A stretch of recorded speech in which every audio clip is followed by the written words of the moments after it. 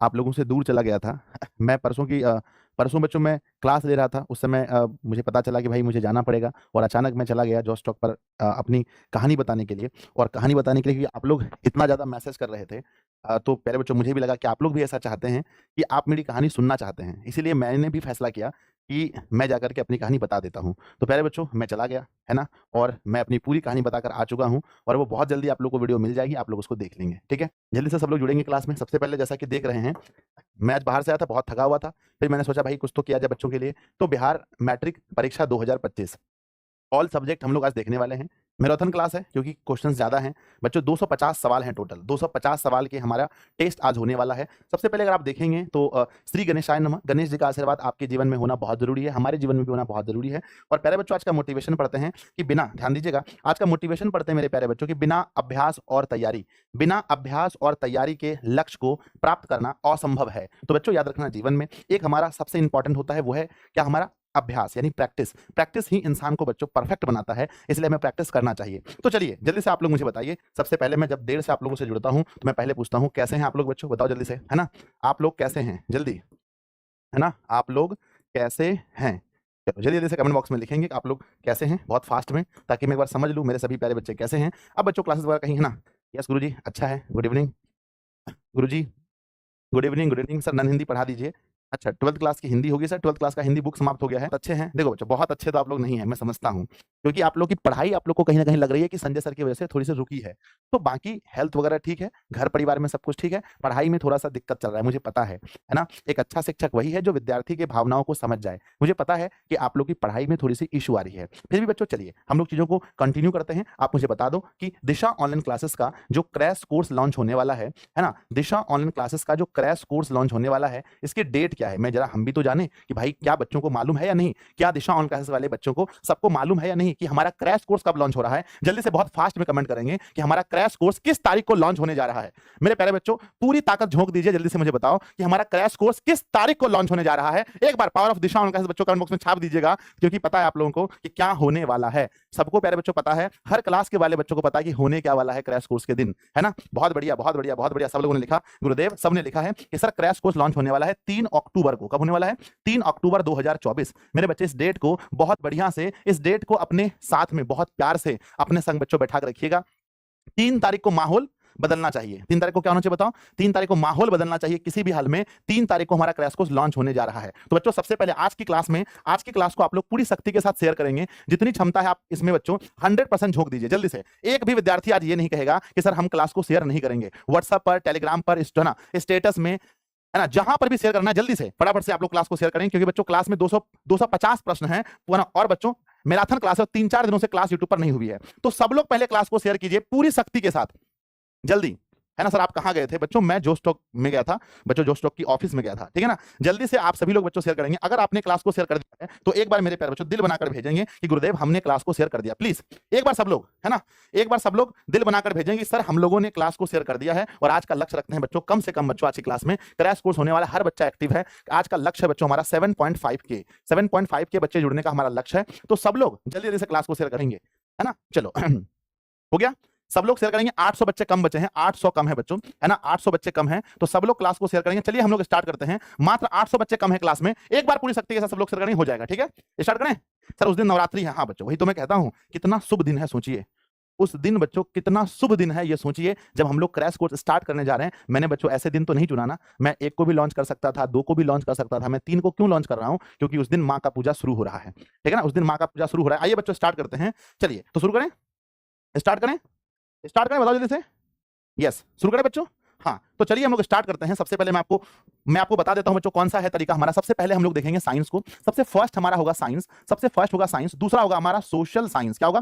पहला साइंस, दूसरा social science, तीसरा होगा मेरे बच्चे मैथ, तीसरा क्या होगा? मैथ, चौथा क्या होगा? चौथा होगा मेरे बच्चे हिंदी, चौथा होगा हिंदी, और चौथा हमारा ना पांचवा होगा मेरे बच्चे संस्कृत, पांचवा होगा संस्कृत। तो इस तरह से हमारा टोटल अगर हम देखें बच्चों, टोटल 5 सब्जेक्ट का हमारा टेस्ट है आज बच्चों। हम, है ना, आज आप लोगों को पूरी सख्ती के साथ आंसर देना है, कोशिश करना है कि सारे सवाल सही बने। मात्र 400 बच्चे कम हैं, पूरी सख्ती लगा दीजिए 7.5 के कि किसी भी हाल में आज क्लास में जुड़ना चाहिए बच्चे, ठीक है ना। आइए बच्चों देखते हैं सबसे पहला सवाल। फर्स्ट क्वेश्चन लिखा गया, ध्यान दीजिएगा। पहला सवाल लिखा गया है, किसी उत्तल लेंस की फोकस दूरी हमेशा होती है। किसी भी उत्तल लेंस की फोकस दूरी हमेशा होती है। मैंने आपको क्या बताया कि उत्तल जो होता है बच्चों, उत्तल लेंस जो होता है, ध्यान दीजिएगा, उत्तल लेंस बच्चों हमेशा, उत्तल जो लेंस होता है, उत्तल हमेशा पॉजिटिव होता है, और अवतल लेंस की बात करें, अवतल हमेशा नेगेटिव होता है। चाहे बच्चों लेंस हो या दर्पण हो, उत्तल हमेशा पॉजिटिव होता है। इसलिए हमारा पहला आंसर क्या होगा कि किसी उत्तल लेंस की फोकस दूरी होती है तो बच्चों हमेशा पॉजिटिव होता है। अच्छा ये बताओ, किसी भी लेंस का बच्चों हम पूछें लेंस का मुख्य फोकस कितना होता है, लेंस का मुख्य फोकस कितना होता है, तो लेंस का मुख्य फोकस बच्चों हमेशा 2 होता है ना। किस लेंस को अपसारी कहा जाता है, किस लेंस को अपसारी कहते हैं, बहुत बार पूछा गया है। तो अपसारी हम लोग कहते हैं बच्चों अवतल लेंस को, अवतल लेंस को अपसारी कहा जाता है। किस लेंस को अभिसारी कहा जाता है, अभिसारी किसे कहते हैं, कहना बच्चों अभिसारी कहा जाता है उत्तल लेंस को, उत्तल लेंस को अभिसारी कहा जाता है। बच्चों बहुत इंपॉर्टेंट क्वेश्चन यहां है कि ये बताइए निकट दृष्टि दोष में किसका प्रयोग करते हैं, निकट में अवतल, अवतल का प्रयोग करते हैं। दूर दृष्टि दोष में किसका प्रयोग करते हैं,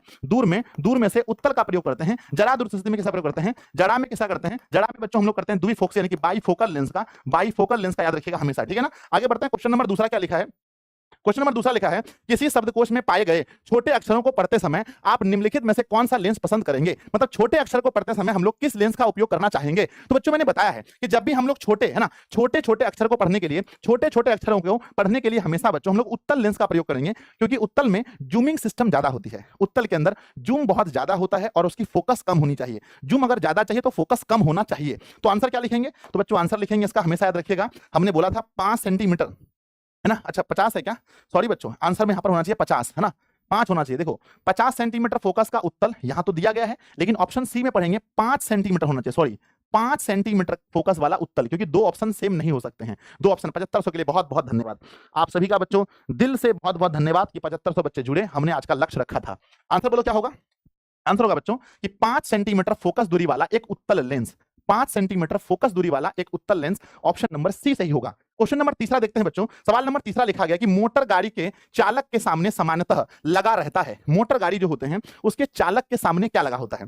ऑप्शन ए समतल, ऑप्शन बी उत्तल, ऑप्शन सी अवतल, ऑप्शन डी उत्तल, है ना, दर्पण बच्चों, ठीक है ना। अब यहां पर 2 बार उत्तल हो गया ना, समतल ठीक है ना, समतल है, उत्तल दर्पण है। यहां मैं इसको लेंस कर देता हूं ताकि आप डिफरेंट कर पाएंगे। मोटर गाड़ी के चालक के सामने, मोटर गाड़ी जो होता है उसके चालक के सामने क्या लगा होता है, तो चालक के सामने, मोटर गाड़ी के चालक के सामने, मोटर गाड़ी जो चलाता है उसके चालक के सामने क्या लगता है, तो बच्चों सामने लगा रहता है उत्तल दर्पण, ऑप्शन नंबर बी उत्तल दर्पण होता है, ऑप्शन नंबर बी सही होगा, उत्तल दर्पण चालक के सामने लगा होता है, option number B. Rahul Kumar ji, Anand Kumar ने आंसर लिखा है उत्तल दर्पण सही है, साकिब ने लिखा है, पीयूष ने लिखा है, बहुत सुंदर, उत्तल हमारा सही उत्तर होगा। आज लगता है बच्चों ये भी रिकॉर्ड टूटने वाला है, ठीक है ना। सवाल नंबर 4 में क्या लिखा है, 4 में लिखा है, ध्यान दीजिएगा, 4 में लिखा गया है एक व्यक्ति समतल दर्पण की ओर 4 मीटर प्रति सेकंड की चाल से आ रहा है, व्यक्ति को समतल दर्पण में बना अपना प्रतिबिंब किस चाल से आता हुआ प्रतीत होगा। अपना प्रतिबिंब, अगर बच्चों हमने आपको क्या बताया था, यदि हम समतल दर्पण की ओर, यदि हम समतल दर्पण की ओर बच्चों v स्पीड से चलते हैं, v स्पीड से चलते हैं, तो हमारा जो प्रतिबिंब होगा, हमारा जो प्रतिबिंब होगा वो किस स्पीड से आएगा, तो यदि हम v स्पीड से चलते हैं तो हमारा प्रतिबिंब बच्चों हमेशा 2v के स्पीड से, 2v के स्पीड से चलेगा, 2v के स्पीड से। तो याद रखना बच्चों कि अगर हम लोग 4 की स्पीड से जा रहे हैं तो हमारा प्रतिबिंब चलेगा, हमारा प्रतिबिंब चलेगा 8 मीटर प्रति सेकंड से, ऑप्शन नंबर सी सही है। क्वेश्चन नंबर नेक्स्ट लिखा है कि बच्चों नेत्र लेंस की फोकस दूरी बढ़ जाने से आंख में उत्पन्न दोष होता है। यहां पर देखिएगा ये क्वेश्चन बहुत इंपॉर्टेंट है। नेहा, राहुल, आशीष बहुत फास्ट में आंसर कीजिएगा। क्वेश्चन कह रहा है कि नेत्र लेंस की फोकस दूरी बढ़ जाने से, बच्चों ध्यान दीजिएगा ये फोकस का सीधा रूल है। अगर मैं फोकस की बात करूं, फोकस का सीधा रूल है, अगर बच्चों फोकस दूरी कम हो जाए, ध्यान रखना, अगर बच्चों फोकस कम आ जाए, अच्छा ध्यान दो, अगर जब कम होगा, ध्यान दीजिएगा, अगर ये है ए बिंदु और ये है बिंदु बी, अगर इसकी दूरी कम हो जाएगी, दूरी इसकी कम हो जाएगी, तो बताओ क्या होगा, दूरी कम होगी तो निकट आएगा, दूरी कम होगी तो क्या होगा, निकट आएगा। तो बच्चों दूरी कम होगी, जब भी कम होगी तो समझना कि निकट हो जाएगा, और अगर दूरी बच्चों अधिक होगी, दूरी अगर अधिक होगी तो क्या होगा, अधिक होगी इसका मतलब दूर जाएगा। तो सिंपल सी बात है, नेत्र लेंस की फोकस दूरी बढ़ जाने से, फोकस दूरी बढ़ जाने से क्या होगा, अधिक, है ना, बढ़ना मतलब अधिक होने से क्या होगा, दूर दृष्टि दोष होगा, दूर को हम लोग दीर्घ कहते हैं, ऑप्शन नंबर बी सही है, ऑप्शन नंबर बी सही है, ठीक है ना। बढ़ जाए आगे, यस। क्वेश्चन नंबर लिखा है 6 में, दूर दृष्टि दोष वाले व्यक्ति द्वारा जिस चश्मे का प्रयोग किया जाता है उस चश्मे में लगा लेंस होता है।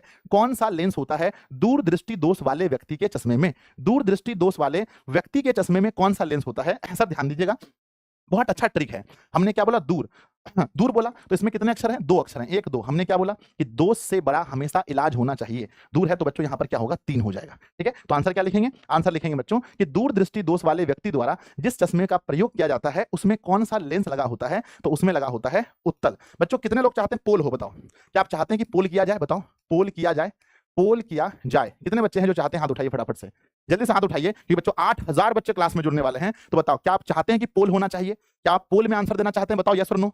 यस यस यस, बहुत बढ़िया। एक सेकंड, एक सेकंड संदेश।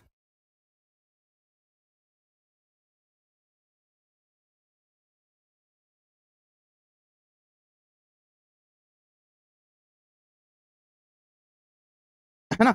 बहुत बहुत धन्यवाद बच्चों, बहुत बहुत धन्यवाद। सब लोग चाहते हैं ना पोल हो, तो हर सवाल का बच्चों पोल किया जाएगा, हर सवाल का। ठीक है ना, हर सवाल का पोल करना ना। क्वेश्चन नंबर नेक्स्ट क्या लिखा गया है? सवाल नंबर अगला लिखा गया है विद्युत आवेश, है ना बच्चों? अगला क्वेश्चन क्या लिखा है? विद्युत आवेश। अगला सवाल है विद्युत आवेश की इकाई है। विद्युत आवेश की इकाई, इकाई कहने का मतलब है बच्चों एसआई मात्रक। इकाई कहने का मतलब क्या है? इकाई कहने का मतलब है बच्चों एसआई मात्रक। एसआई मात्रक मैंने क्या बताया था? आवेश का जो एसआई मात्रक होता है वो क्या होता है? कूलम्ब होता है।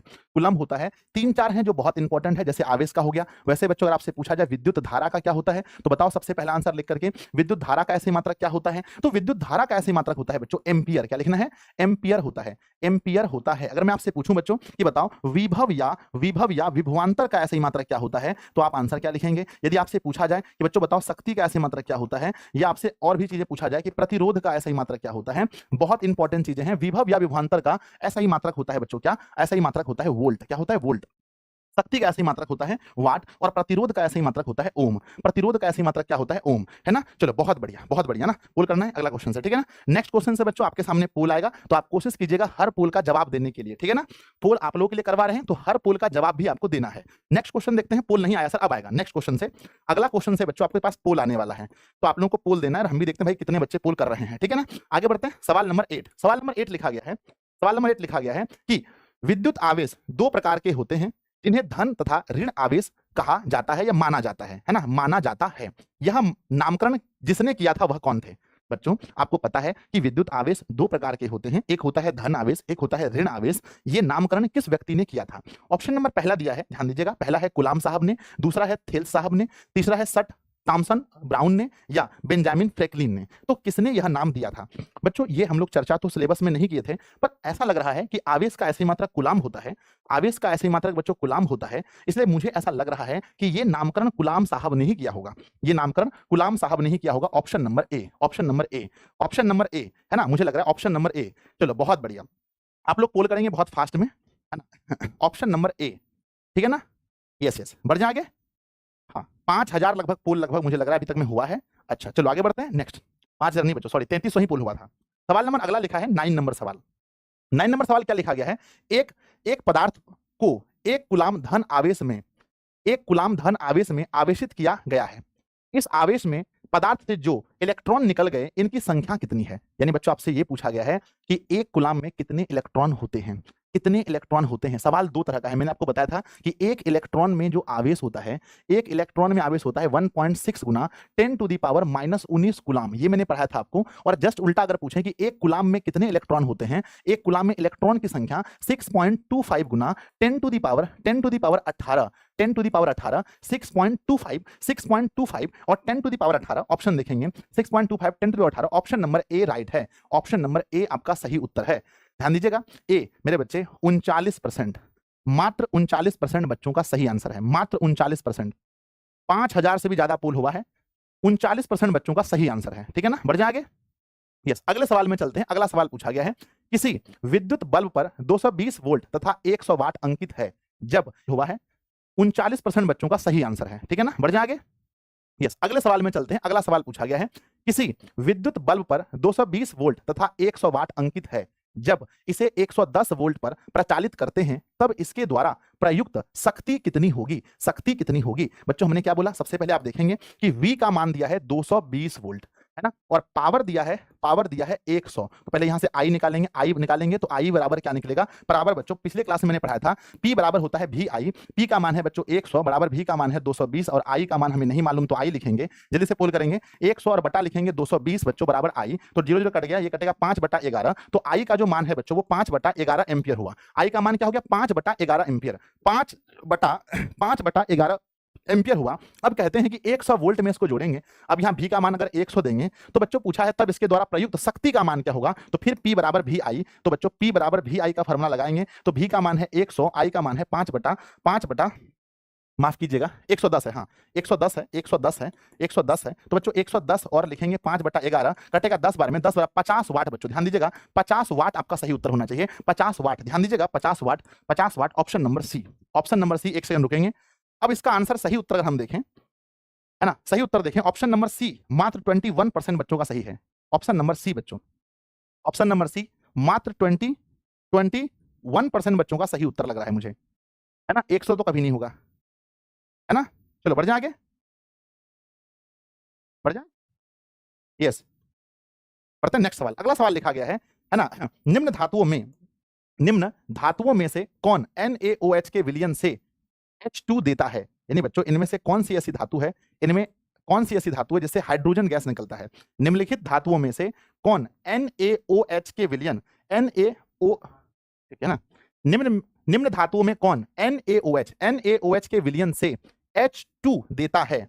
बच्चों ये सवाल तो मुझे लगता है हम नहीं पढ़ाए आप लोगों को भी, है ना, ये ऑप्शन है ना, पुल नहीं आया है ना, जल्दी पुल कीजिए ना, ये वाला बच्चों मुझे लग रहा है मैं तो आप लोगों को नहीं पढ़ाया हूं कि निम्न धातुओं में NaOH के विलयन से H2 देता है, कौन देता है ना बच्चों, ये सवाल मुझे लगता है मैंने नहीं पढ़ाया आपको, है ना, कि मैग्नीशियम देता है या बच्चों कॉपर देता है, एल्युमिनियम देता है, तो बच्चों सॉरी मैं इसको पेंडिंग रखता हूं, है ना। नेक्स्ट अगला सवाल देखते हैं, 11 नंबर सवाल पेंडिंग है बच्चों, ठीक है ना। सवाल नंबर 12 है, यदि विलयन का, ध्यान दीजिएगा, यदि विलयन का पीएच मान 13 है तो इसका अर्थ क्या है। यदि विलयन का पीएच मान 13 है बच्चों तो इसका अर्थ क्या है बताइए। हमने क्या बताया था आपको, यदि 7 से अधिक है, हमने बोला कि भैया 7 से अगर अधिक है, 7 से अधिक है मतलब ये क्या है, ये हमारा क्षार है बच्चों। 7 से अगर कम है, 7 से अगर कम है तो हम इसे कहते हैं कि ये अम्ल है, ये अम्ल है। और बच्चों अगर 7 के बराबर है, 7 के बराबर है तब हम इसे क्या कहते हैं, तब हम इसे कहते हैं बच्चों ये उदासीन है। तो क्वेश्चन यहां पूछा गया है यदि विलयन में पीएच का मान 13 है, इसका अर्थ क्या है, 13 का अर्थ यह होता है बच्चों कि ये क्या है, छिन्न अम्लीय है, अम्ल तो है नहीं, है ना, छिन्न भस्मीय है, छिन्न नहीं बच्चों, छिन्न नहीं, प्रबल भस्मीय है, प्रबल, ऑप्शन नंबर डी, प्रबल भस्मीय है, ऑप्शन नंबर डी। सवाल नंबर नेक्स्ट देखते हैं, लिखा गया है साधारण ताप पर फास्फोरस का अणुसूत्र क्या होता है ना। साधारण ताप पर बच्चों एक बार ताली होना चाहिए। आज ऐसा लग रहा है कि सारे रिकॉर्ड बच्चों क्रैश कोर्स 3 तारीख को लॉन्च होने वाला है और आज से ही आप लोग इस तरह से जुड़े हैं, ऐसा लगता है जैसे भैया क्रैश कोर्स आज ही लॉन्च हो रहा है ना। हाँ तो बच्चों हमने क्या लिखा कि साधारण ताप पर क्या होता है P4, है ना, साधारण ताप पर जो होता है फास्फोरस का जो फार्मूला होता है साधारण ताप पर वो P4 होता है, ऑप्शन नंबर डी P4 होता है। सवाल नंबर 14 है, पीतल में क्या रहता है। हमने ट्रिक भी पढ़ाया होगा कि पीतल में क्या होता है बच्चों, पीतल का ट्रिक क्या पढ़े थे हम लोग बताइए। पीतल क्या होता था, पीतल का ट्रिक था पिताजी, यानी पीतल से होता था ताजी मतलब तांबा और प्लस में जस्ता, तांबा प्लस में जस्ता, तांबा बच्चों अंग्रेजी में से कॉपर बोलते हैं, जस्ता को जिंक कहते हैं, Zn, तो Cu और Zn अगर आपका आंसर है तो वो 100% सही है। Cu और Zn अगर आपका आंसर है तो बच्चों 100% आंसर सही है ना। चलिए आगे बढ़ते हैं। सवाल नंबर 15 लिखा गया है कि धातुओं की प्रकृति कैसी होती है।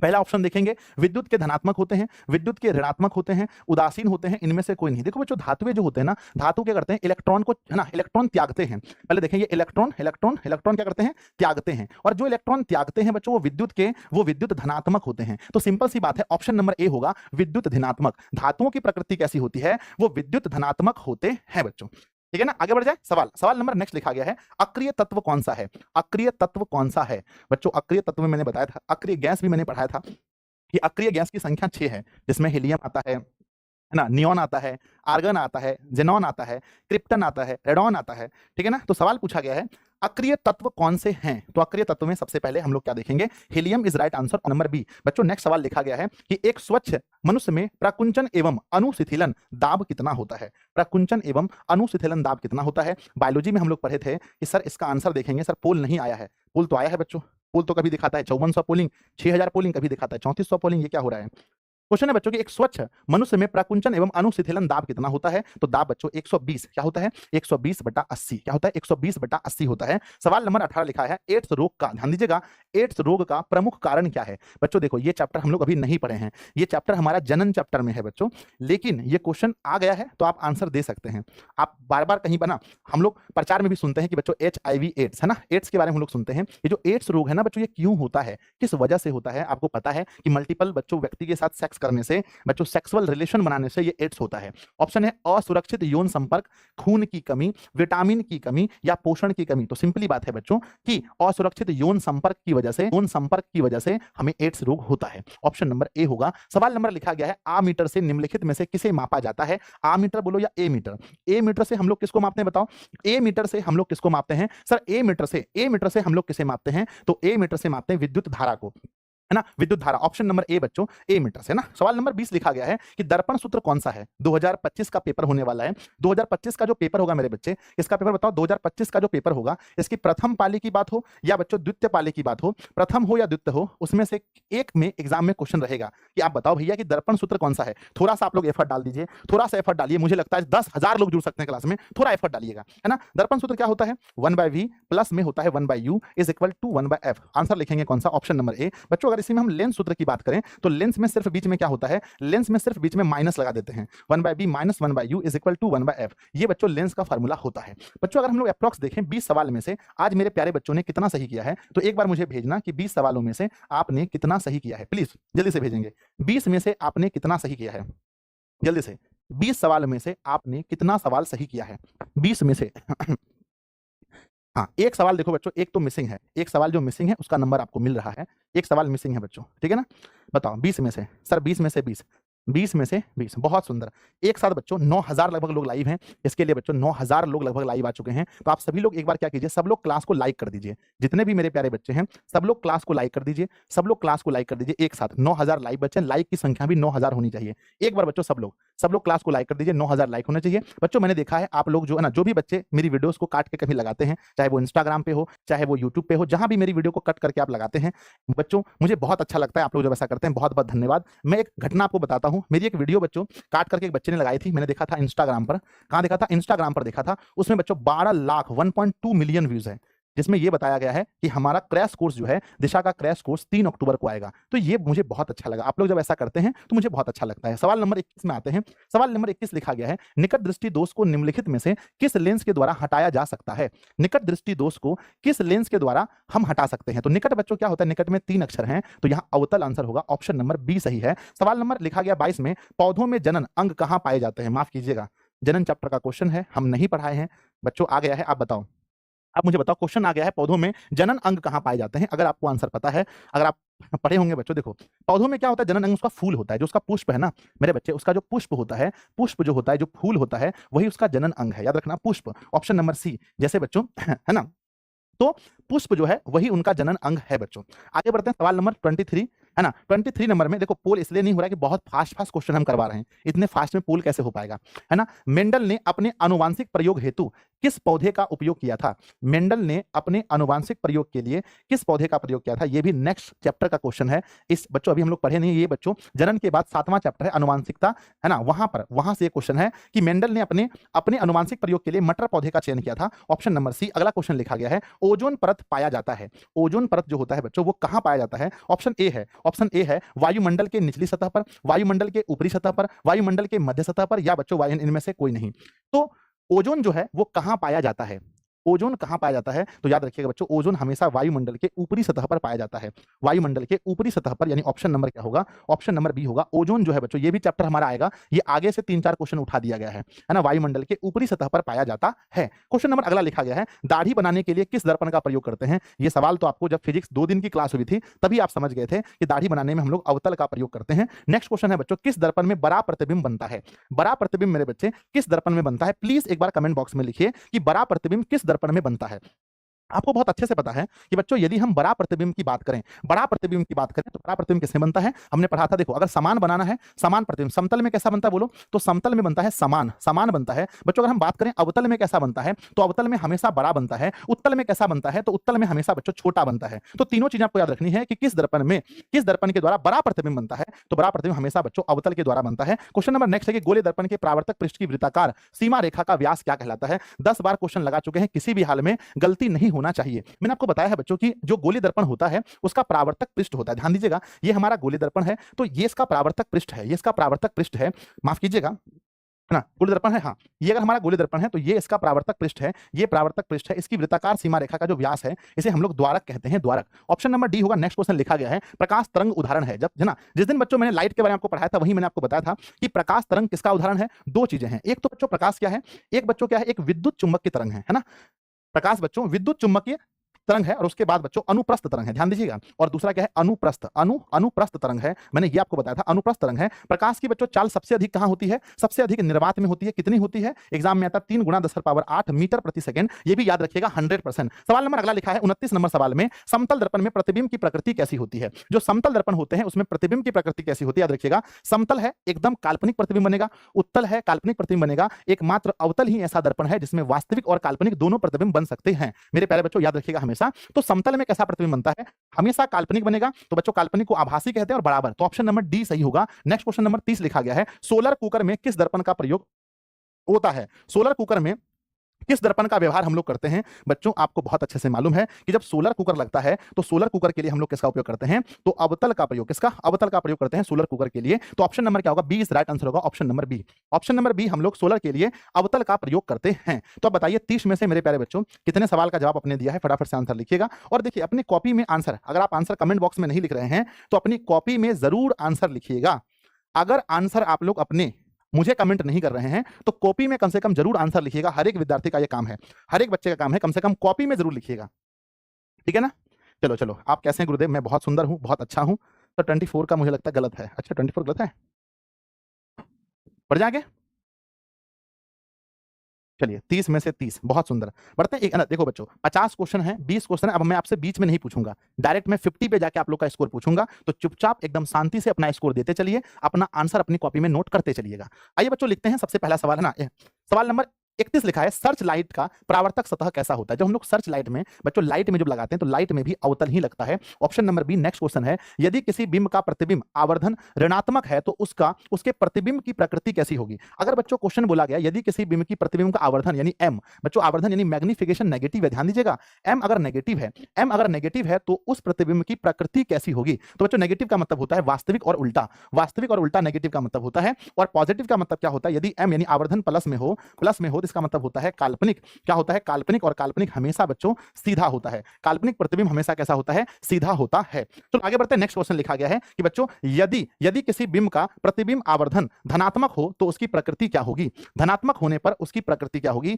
तो बच्चों याद रखिएगा, धनात्मक होने पर जो प्रकृति होती है वो कैसी होती है? वो बच्चों काल्पनिक, सॉरी, धनात्मक होने पर क्या होता है? काल्पनिक होता है और सीधा, काल्पनिक और सीधा। ऑप्शन नंबर डी सही है, काल्पनिक और सीधा। नेक्स्ट क्वेश्चन लिखा गया आपके सामने, किसी वस्तु का आवर्धित काल्पनिक प्रतिबिंब बनता है। बच्चों किसी वस्तु का, ध्यान रखिएगा, पहला आवर्धित भी और काल्पनिक यानी कि बड़ा भी और काल्पनिक।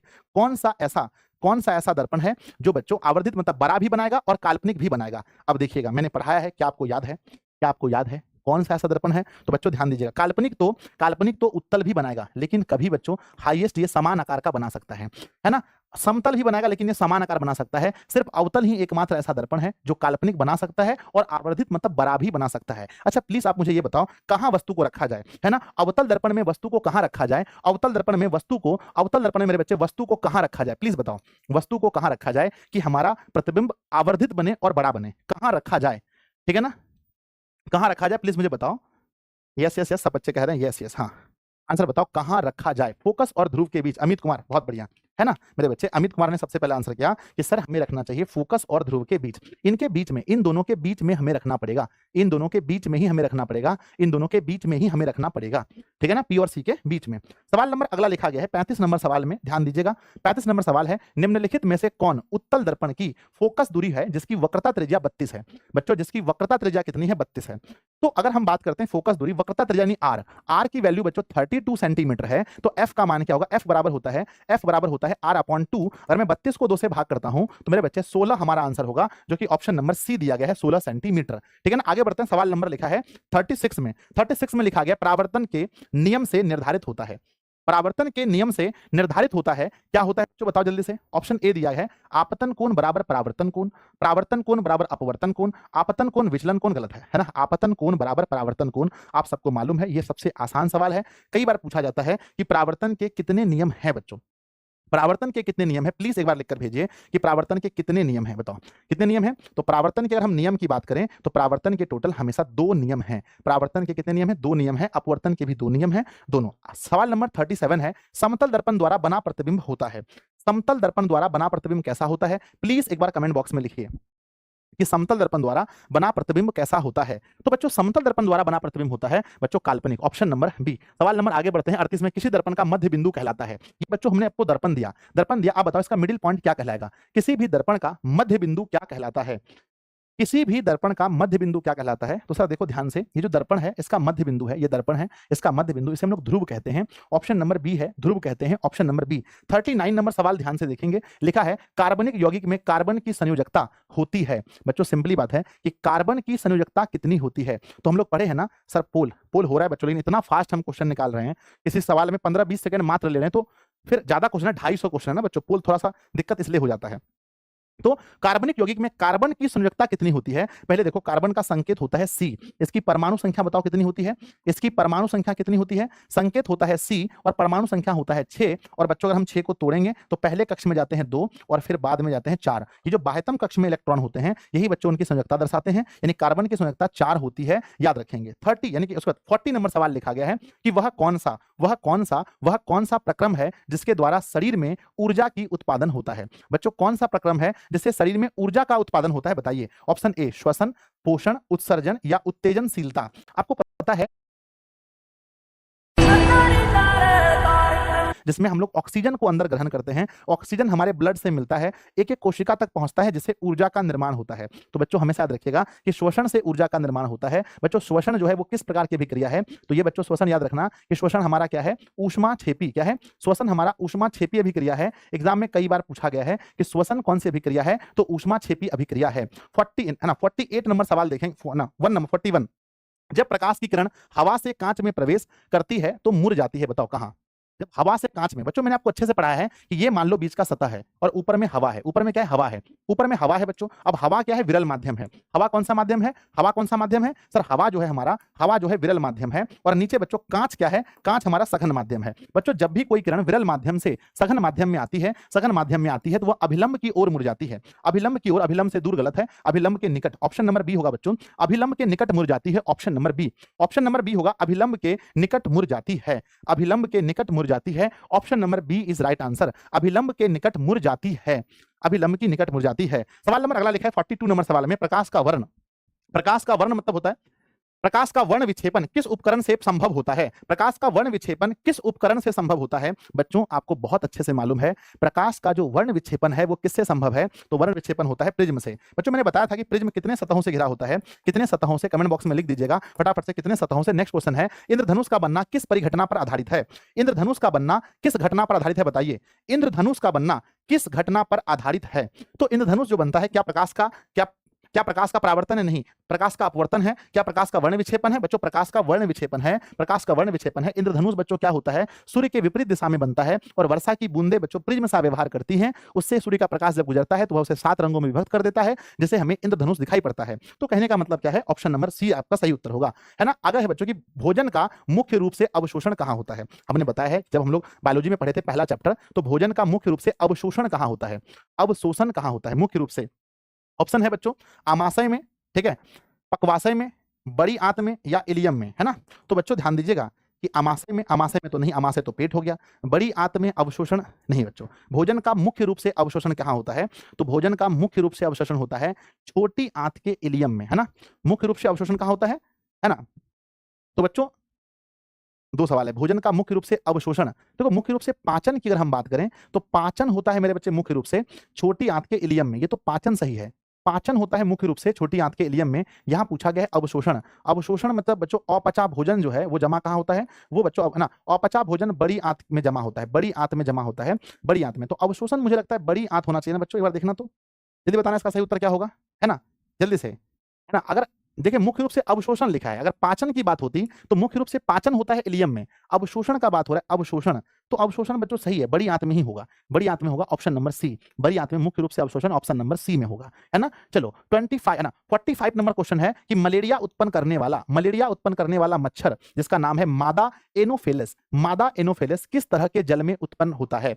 मलेरिया फैलाने वाला जो मच्छर होता है वो किस तरह के जल में रहता है। बच्चों ट्रिक याद रखेंगे, ध्यान रखिएगा, ट्रिक याद रखेंगे, मौ से मलेरिया, बोलो बोलो बोलो, मौ से मलेरिया, मौ से मलेरिया, और बच्चों पता है आपको मौ से मलेरिया और मौ से मैला, मौ से मलेरिया, मौ से मैला, मैला मतलब होता है जिसको हम लोग गंदा कहते हैं। तो मलेरिया फैलाने वाला मच्छर किस तरह के जल में उत्पन्न होता है, मलेरिया फैलाने वाला मच्छर किस तरह के जल में उत्पन्न होता है, तो मौ से मलेरिया, मौ से मैला, यानी बच्चों ये गंदा जल में उत्पन्न होता है, गंदा जल में उत्पन्न होता है। अगर मैं आपसे पूछूं मेरे बच्चों ये बताओ कि डेंगू फैलाने वाला मच्छर किस जल में होगा, डेंगू फैलाने वाला मच्छर किस तरह के जल में होगा। तो बच्चों मलेरिया वाला तो आपने देखा मैला में, और डेंगू पूछा जाए तो कहना बच्चों डेंगू होता है साफ जल में, क्या कहना, डेंगू होता है साफ जल में, डेंगू होता है साफ जल में, ये हमेशा याद रखिएगा, डेंगू होता है साफ जल में, है ना। 46 नंबर क्वेश्चन है कि टिंडल प्रभाव प्रकाश की कौन सी परिघटना को प्रदर्शित करता है। बच्चों टिंडल प्रभाव के बारे में हमने पढ़ा था, और टिंडल प्रभाव जो है सबसे अधिक कहां देखा जाता है, तो टिंडल प्रभाव सबसे अधिक जंगलों में देखा जाता है, टिंडल प्रभाव सबसे अधिक जंगलों में देखा जाता है। और प्रकाश की किस घटना पर है, तो क्या प्रकाश का परावर्तन है, प्रकाश का अपवर्तन है, विक्षेपण है, प्रकाश का प्रकिरणन है, ऑप्शन नंबर डी, प्रकाश का प्रकिरणन पर आधारित है हमारा टिंडल प्रभाव, ऑप्शन नंबर डी है। नेक्स्ट है 47, निम्नलिखित में से कौन सा पद विद्युत परिपथ में विद्युत शक्ति को निरूपित नहीं करता है। मैंने बच्चों पावर के 3-4 फॉर्मूले आपको पढ़ाए थे, मैंने पावर के 3-4 फॉर्मूले पढ़ाए थे, आपको बस ये बताना है इसमें कौन सा सही नहीं है। आपको मैंने पढ़ाया था कि पावर बराबर P बराबर होता है VI, पहला फॉर्मूला, P बराबर होता है V स्क्वायर बटा R, दूसरा फॉर्मूला, तीसरा P बराबर होता है I स्क्वायर R, तीसरा फॉर्मूला। ये 3 पावर के फॉर्मूले हैं बच्चों। तो P बराबर देखेंगे पहला I स्क्वायर R सही है, P बराबर आई आर स्क्वायर गलत है, P बराबर भी आई सही है, P बराबर V स्क्वायर सही है, ये 3 फॉर्मूला सही है, ऑप्शन नंबर बी बिल्कुल गलत है। ऐसा कोई फॉर्मूला पावर का नहीं होता है, ऐसा पावर का कोई भी फॉर्मूला नहीं होता है। मेरे बच्चे आगे बढ़ते हैं, 48 नंबर सवाल है, श्वसन, क्या पूछा गया है कि श्वसन किस प्रकार की रासायनिक अभिक्रिया है। श्वसन मेरे बच्चे किस प्रकार की रासायनिक अभिक्रिया है, श्वसन किस प्रकार की रासायनिक अभिक्रिया, मैंने बताया था अभी कि श्वसन में ऊष्मा निकलता है, तो ऊष्मा छेपी है, ऑप्शन नंबर सी बच्चों। सवाल नंबर अगला आता है कि रासायनिक अभिक्रिया के दौरान किसी पदार्थ में ऑक्सीजन का योग होना क्या कहलाता है। किसी पदार्थ में अगर ऑक्सीजन का योग होता है तो क्या कहलाता है। बच्चों ध्यान रखिएगा, है ना। मेरे बच्चे हमने क्या बोला कि रासायनिक अभिक्रिया के दौरान ऑक्सीजन का बढ़ना, ध्यान दो, अगर बच्चों किसी में भी ऑक्सीजन बढ़ रहा है ना, इसका मतलब वो हो रहा है उपचयन। क्या हो रहा है, ऑक्सीजन का बढ़ना मतलब हो रहा है उपचयन, option number B, option number B, oxygen का बढ़ना मतलब उपचयन कहलाता है ना। लास्ट क्वेश्चन है और कहते हैं अंत भला तो सब भला। क्वेश्चन है कौन सी धातु जल में डालने पर तैरने लगती है। भाई साहब खतरनाक सवाल है, कौन सी ऐसी धातु है जिसको जल में डाल दो तो वो तैरने लगती है। बच्चों पहला ऑप्शन है निकेल, ऑप्शन कभी हो ही नहीं सकता, मैग्नीशियम हम सोच ही नहीं सकते, है ना। एक बचा कैल्शियम और एक बता बच्चों पोटेशियम, है ना। देखो भैया कैल्शियम की बात करें तो जल में कैल्शियम भी नहीं तैर सकता है, कैल्शियम ठोस होता है, जल में तैरेगा नहीं। तो बच्चों आंसर होगा हमारा पोटेशियम। ऑप्शन नंबर ए क्या है कि जल में जो तैर सकता है, ऑप्शन नंबर ए, है ना। सर कल गांधी जी का बर्थडे है, हाँ बच्चों गांधी जी का बर्थडे तो है। सर बच्चा सब कैल्शियम कह रहा है, अरे कैल्शियम हुआ सही में क्या। कौन सी धातु जल में तैरती है, एक बार देख लो, एक सेकंड रुक जाओ बच्चों मैं देख लेता हूँ, एक सेकंड एक सेकंड, है ना। इसमें मिस्टेक नहीं होना चाहिए, नहीं तो पता चले कि मिस्टेक नहीं होना चाहिए, है ना। इसमें मिस्टेक तो नहीं होना चाहिए बच्चों किसी भी हाल में, नहीं तो फिर दिक्कत हो जाएगा, है ना। एक सेकंड, कौन सी धातु जल में डालने पर तैरती है बच्चों। नहीं बच्चों आंसर ये तो सोडियम कह रहा है, सोडियम तो हो ही नहीं सकता ना। आंसर बच्चों सोडियम कह रहा है, ये तो हो ही नहीं सकता सोडियम, है ना, ये तो पॉसिबल ही नहीं है ना। सोडियम कह रहा है, सोडियम तो ऑप्शन में ही नहीं है। ठीक है तो बच्चों चलो, तो calcium potassium, calcium potassium, calcium potassium, हाँ चूना में होता है तो वो तैरता भी है, मैग्नीशियम तो नहीं हो सकता, कैल्शियम पोटेशियम की बात हो रही है ना। तो बच्चों ऑप्शन नंबर सी। चलो अधिकांश आप लोग कैल्शियम करो, मुझे लगता है कि आप लोग कभी ना कभी देखे होंगे बुक में, है ना? अब बताओ, अब 50 सवाल में से आप लोगों ने कितने सवाल सही किए हैं? 50 में से 50 सवालों में से मेरे प्यारे-प्यारे बच्चों ने कितना सवाल सही किया 50 में से? देखो एक आध सवाल अगर मिस्टेक हुआ है बच्चों, तो वो मेरी वजह से हुआ है। अगर मैंने आंसर नहीं बताए हैं, तो आप मान लो कि वो आपका सही हुआ है ना? 50 सर कैल्शियम ही होगा। ठीक है, हमने भी कैल्शियम लगाया, अगर आप कैल्शियम कह रहे तो।